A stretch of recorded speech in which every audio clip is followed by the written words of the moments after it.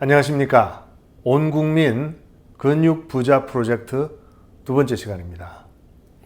오늘은 근력운동의 가장 기초적인 내용을 알려드립니다. 근력운동을 하지 않던 분이 근력운동을 시작할 때 몇 가지 참 혼란스럽고 난관이 있어서 섣불리 시작 못하는 게 있는데, 그 중에 하나가 어떤 운동을 해야 될지, 어느 정도 강도로 해야 되는지, 또 몇 번, 횟수를 몇 번 해야 되는지, 이런 아주 기초적인 것들이 모르기 때문에 이제 많은 분들이 근력운동 아예 내가 하는 운동이 아니다 이렇게 생각하시는 분들이 많은데, 아주 간단합니다.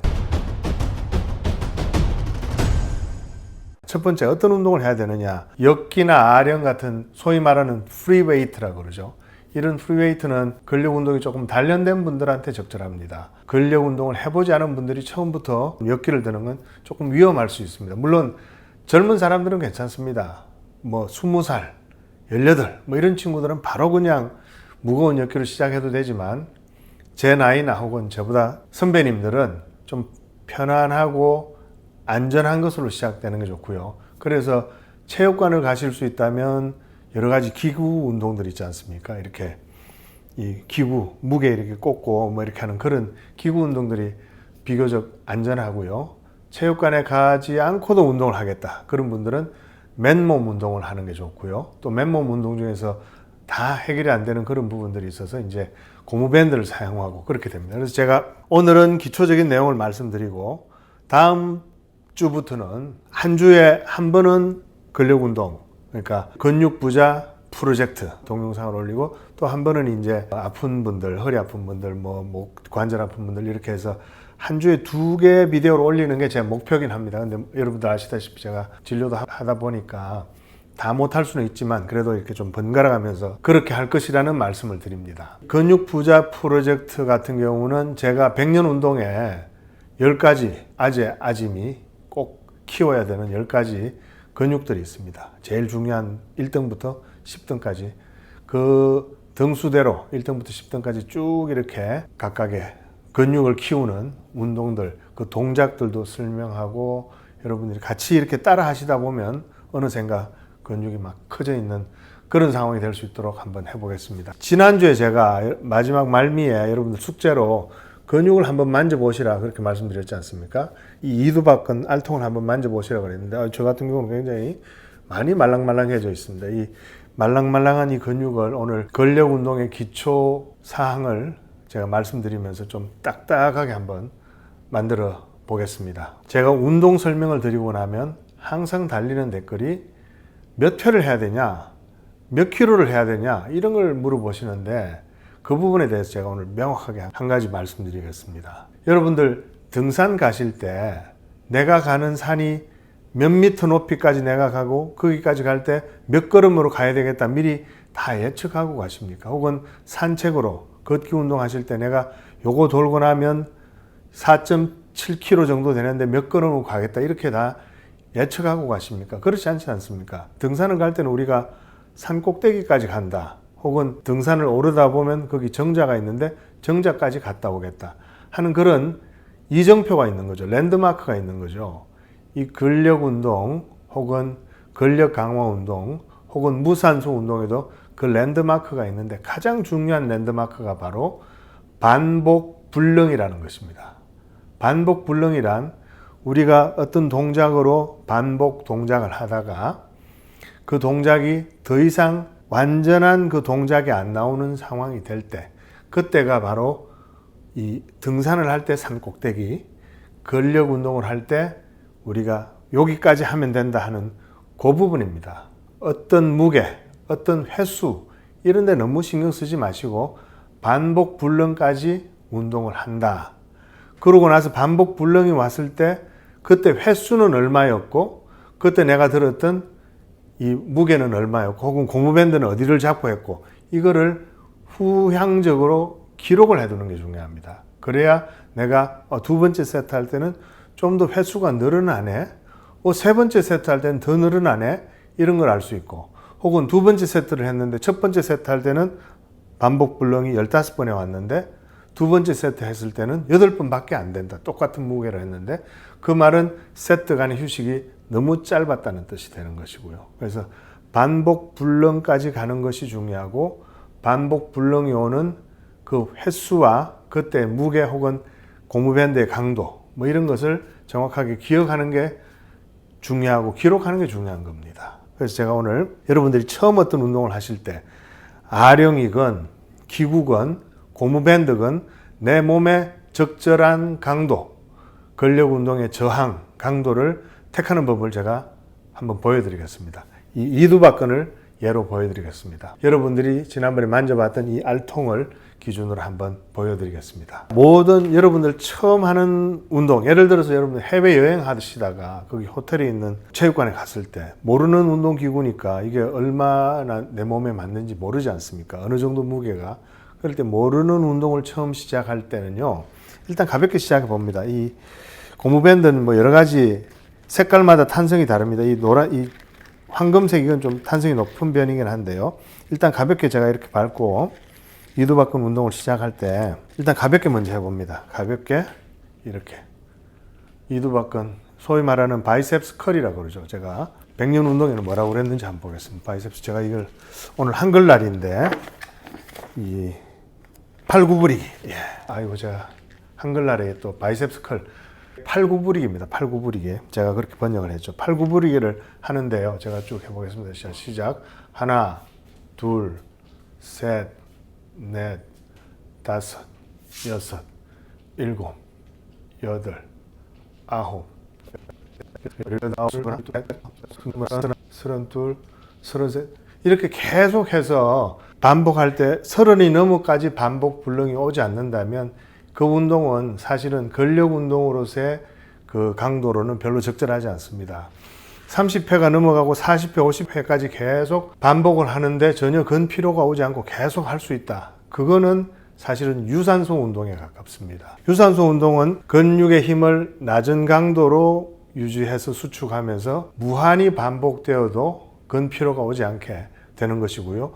유산소 운동과 근력 운동, 유산소 운동과 무산소 운동의 가장 큰 차이는 그 근육이 포도당을 분해해서 에너지를 만드는 그 과정이 차이가 나는데 그 부분은 제가 100년 운동에 자세히 제가 써놨으니까 꼭 한번 보시고요. 그러니까 이렇게 처음에 제가 아주 약한 무게를 잘 모르는 데 가서 이렇게 시작했을 때 30회가 넘어간다 그러면 이제 한 세트 끝났고 이 세트는 뭐 근력 운동은 별로 안 되고 그냥 유산소 운동처럼 했지만 몸 푸는 그런 과정이다. 워밍업을 했던 과정이다. 이렇게 생각하시면 됩니다. 일종의 워밍업입니다. 그러니까 여러분들 워밍업 할 때 운동하기 전에 워밍업 할 때 막 스트레칭 하는 것보다 하려고 하는 그 근력 운동의 동작을 아주 낮은 강도로 하는 게 좋습니다. 그렇게 해서 30회 이상 그냥 쭉 하는 거죠. 하고 나서도 숨도 차지 않고 무산소 운동, 근력 운동이 제대로 하면 하고 나서 숨이 좀 차야 됩니다. 일종의 산소 부채라 그러죠. 옥시전 데트가 생기는 거죠. 근육이 포도당을 분해했는데 완전히 분해하지 못하고 젖산으로 만드는 그런 해당 작용을 하기 때문에 그 젖산이 이제 우리 근육에 쌓여가지고 더 이상 팔을 들어 올리지 못하는 반복 불능 상태가 되는 것이고요. 에너지도 모자라고 젖산은 차이고, 그러니까 음식은 모자라고 음식물 쓰레기는 많아지고 하니까 근육이 더 이상 움직이지 못하는 상태. 그것이 바로 반복 불능이 오는 겁니다. 그 반복 불능이 왔다는 것이 이 근육이 무산소 운동을 제대로 했다는 뜻입니다. 이제 첫 세트에 만약에 뭐 30회, 40회 계속되는 그런 무게였다면 이 무게로는 내 근육에 적절한 무산소 운동, 근력 운동이 안 되는구나. 그래서 이제는 아까보다 좀 더 고무줄을 짧게 잡고 이렇게 잡고는 이제 혹은 고무줄을 2개로 이렇게 잡고는 해보는 겁니다. 이렇게 해서 다시 두 번째 세트를 시작하는 거죠. 두 번째 세트. 근육이 제대로 크려면 보통 3세트 이상은 해야 되는 걸로 되어 있습니다. 왜냐하면 첫 번째 세트보다 두 번째 세트 때 더 강한 힘이 나올 때가 많거든요. 혹은 세 번째 세트. 그래서 첫 번째 세트하고 좀 쉬었다가 쉬는 거는 1분 내지 4분 세트 간의 휴식을 어떻게 해야 되는지는 다음에 제가 또 다른 근육 운동하면서 좀 자세히 설명드리겠습니다. 잠시 쉬었다가 다시 두 번째 세트를 할 때 이번에는 이제 이 정도 해야 될까 해서 한 번 더 저항을 높여보는 거죠. 그래서 자 하나 좀 더 세네요. 셋, 넷,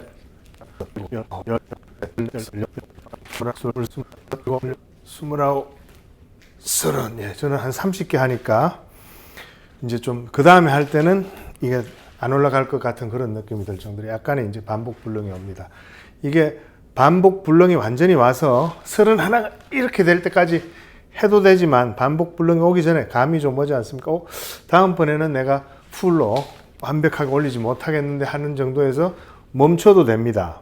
이게 젊은 사람들이 정말 근육을 막 키우고 대회 나가고 할 때는 근육을 막 찢을 정도로 아주 강하게 운동해야 되지만 뭐 저 나이나 혹은 저보다 한 10살 정도 어리더라도 꼭 그렇게까지는 안 해도 되지 않겠나 싶습니다. 그래서 지금 제가 이 무게로 지금 30개 했으니까 이것도 사실은 아주 엄밀하게 아주 강한 무산소 운동이 되는 건 아니죠. 그래서 처음 보통 운동을 시작할 때는요, 반복 불능이 한 25번 정도에 올 때를 맞춰주면 됩니다. 그래서 어떤 무게를 이때는 좀 더 올려야 되겠죠. 아까보다 좀 더 올려서 더 많이 이렇게 올려서 이 정도면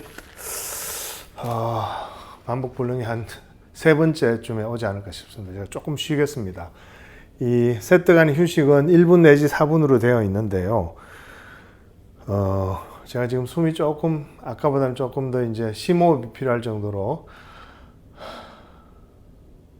숨이 좀 더 깊어지죠. 이게 이제 제 몸에 제 근육에 있는 젖산을 빨리 간으로 보내고 하는 그런 과정에서 그다음에 산소를 투입해 가지고 젖산을 좀 더 분해해 가지고 이제 ATP를 더 만들어내고 하는 그런 과정이 지금 일어나고 있는 거죠. 더 이상 심호흡을 하지 않아도 되는 어떤 상태가 될 때까지 쉬었다가 그 다음 세트를 하는 게 좋습니다. 그래서 그게 보통 이제 1분 내지 4분인데요. 그게 근력 운동을 별로 해보지 않은 분들일수록 점점 더 길어지고, 또 사실은 근력 운동을 정말 세게 하는 친구들 있지 않습니까? 이 육체미 대회 나가는데, 바디빌딩 대회 나가는 친구들은 워낙 강하게 무게를 치기 때문에 이 산소 부채가 굉장히 큽니다. 그래서 운동하고 나서 그래서 이런 경우도 또 이 세트 간의 휴식 기간이 좀 더 길어집니다. 그래서 보통 사람들이 이제 한 1분 내지 4분이라고 생각하시고 세트 간의 휴식을 조금 더 짧게 줄여간다는 느낌으로 하는 게 근육을 키우기는 좀 더 유리합니다. 그 부분에 대해서 제가 또 다음에 다른 기회에 또 설명드릴 수 있을 것입니다. 자, 이번에 이제 세 번째 세트는 훨씬 더 강하게 들어가는 거고요. 강하게 이렇게 들어가면서 다시 해보겠습니다. 여기서 이제 반복 불능이 제대로 나오지 않겠나 싶습니다. 자, 시작. 하나, 둘, 셋, 넷, 다섯, 여섯, 일곱, 여덟, 아홉, 열, 하나, 둘, 셋, 넷, 다섯, 여섯, 일곱, 열여덟, 열아홉, 스물쯤 되니까 이제 제가 원래 계획했던 이 충분한 레인지까지 올라가지 않고 조금 떨어지는 게 보였지 않습니까?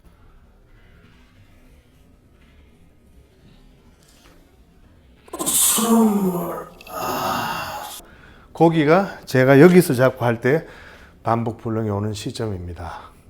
그래서 제가 숨도 좀 가빠졌죠? 이게 산소 부채가 생긴 것이고, 그래서 여러분들 요 정도 되는 이런 산소 부채, 이게 이제 근육 운동을 하고 나서 무산소 운동이 제대로 되고 나서 생기는 현상입니다. 그래서 이 산소 부채를 어느 정도 해소하고 나서 그 다음 세트 넘어간다는 것이고, 그 다음 반복 불능의 개념은 제가 깔짝깔짝 운동이라는 거 지난번에 가르쳐 드렸지 않습니까? 연세 드실수록 근육은 자극하고 관절은 괴롭히지 말라. 그래서 깔짝깔짝 운동하는데, 깔짝깔짝 운동하면 그게 자신의 원래 계획했던 가동 범위입니다. 그 깔짝깔짝 운동하다가 거기서부터 조금 떨어지면 그것도 바로 반복 불능입니다. 그래서 여러분들 오늘 제가 드리는 말씀, 벌써 이 근육이 조금 아까 시작할 때보다는 많이 좀 딱딱해졌지 않습니까? 이 딱딱해진 건 사실 근육 자체에 무슨 이 근섬유가 늘어난 건 당연히 아니고요. 근육 속에 혈류도 좀 증가되고, 옛날에는 피만 들어왔다 생각했는데 피뿐만 아니고 근육 세포, 그다음 세포 외에 이 좀 붓기가 생깁니다. 약간의 손상을 받아서 붓기가 생긴다 이렇게 생각하고 있고요. 그래서 요거는 이제 시간 지나면 또 금방 풀립니다. 그렇지만 그런 과정 속에서 스트레스를 받은 근육이 쉬는 동안에 이제 근섬유를 늘려서 근육이 점점 더 커지는 거죠. 그래서 오늘 중요한 것은 우리가 어떤 새로운 근력 운동을 할 때 내 몸에 적합한 그 근력 운동의 저항이 얼마가 되느냐 하는 부분에 대해서 너무 걱정하면서 내가 12kg를 해야 되나 9.5kg를 해야 되나 8.5kg를 해야 되나 이런 거 너무 생각하지 마시고 내가 13회를 해야 되나 18회를 해야 되나 6회를 해야 되나 이런 숫자에 너무 집착하지 마시고 어떤 가벼운 무게로 시작해보고 그 무게를 점점 두 번째 세트는 좀 더 올리고 세 번째 세트는 좀 더 올리는 과정에서 반복 불능이 한 20번 내지 25번 정도에서 반복 불능이 오면 그 무게가 초심자한테는 적당한 겁니다. 물론 무게를 올리는 속도는 사실은 나이나 체격이나 이런 거에 따라서 너무 다르기 때문에 일반적으로 딱 정할 수는 없습니다. 무게를 어떻게 올리느냐에 대해서도 다음에 제가 자세히 설명드리도록 하겠습니다. 오늘의 숙제를 알려드립니다. 팔 구부리기를 하면서 여러분들 댁에 갖고 계시는 아령도 좋고 고무밴드도 좋고 그게 없으시면 생수병 여러 개를 쇼핑백에 넣고 그걸 들어 올리셔도 됩니다. 계속 반복해서 들어 올리면서 근피로가 와가지고 더 이상 처음에 설정했던 그 동작 범위를 다 소화해내지 못하는 그 시점까지 가서 그 반복 불능이 되는 그 상황을 반드시 경험해 보시고 그 이후에 이렇게 숨이 깊어지는 이런 산소 부채 상황도 반드시 보시기 바랍니다. 그리고 반복 불능이 생기는 그때까지의 횟수를 보셔서 그게 만약에 15회 이러면 좋은 거고요. 20회 그것도 좋습니다. 25회 정도 좋은데 한 30회 되면 너무 가벼운 거고 반복 불능이 7회, 8회 이렇게 되면 처음 운동 시작하는 분한테는 아직은 너무 무거운 무게다 이렇게 보시면 됩니다. 오늘은 여기까지입니다. 고맙습니다.